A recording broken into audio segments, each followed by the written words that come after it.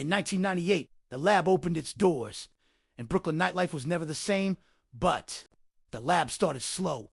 But the party that shut up the masses and put the lab on the map was the night. The one and only Lil Kim and Foxy Brown showed up, and all of a sudden the room stopped. Camera flashed, the crowd parted, and Lil Kim made an entrance the crowd would never forget. But success brought problems. Two thugs tried to shake us down, tried to extort us, but this was Al Porter's place. Nobody shakes down Al Porter.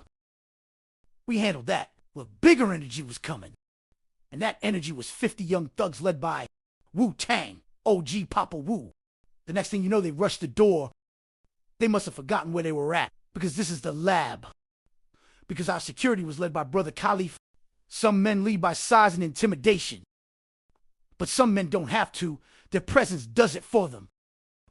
And when presence, negotiation, and de-escalation didn't work, the lab had to beef. This wasn't just security. These were problems you didn't want. There was Jeff the Body and the Headhunter. But it all changed when WBLS came to the lab.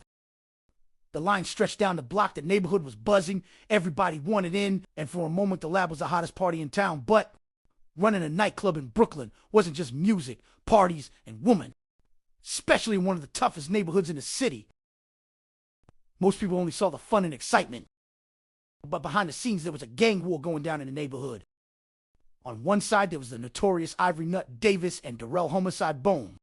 And on the other side was the infamous Damian Ward Hardy and his brother Myron Weiss Hardy. And the worst part is, Nut had declared war on the owner of the lab. In this battle, one man would die and the other would survive, but victory would come at a cost. But we weren't the only one they declared war on. They declared war and TR beat him up and took his $10,000 chain. The next day he showed up at their barbershop with an AK-47 with a red dot. He gave him 24 hours to return his chain, or everybody in this room would die. He got his chain back in 3 hours. But over time, the lab became home to some of the biggest parties in the city. There was Diddy, Busta Rhymes, Rick Ross, Fabulous, Jadakiss. Asti came by and showed the crowd some love. Kanye West even stopped by the club, but he stayed in his limousine for 30 minutes before he finally came inside. Boy, he was scared to death. But the lab wasn't just hip-hop. Every scene in the city found its way inside.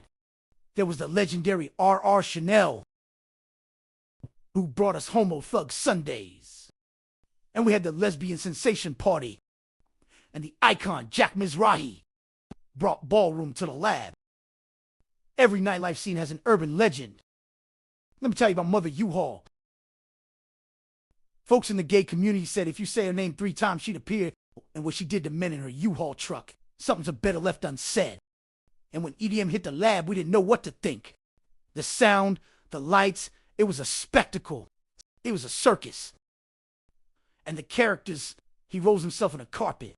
And he goes by the name Kevin the Carpet, a legend on the EDM scene. The lab wasn't just a nightclub. It was a moment in time where hip-hop, culture, chaos, and community all collided under one roof. You didn't just go to the lab, you experienced it. To understand what it really was, read The Lab, An Outsider's Adventure Inside a World of Hip-Hop by S. Porter,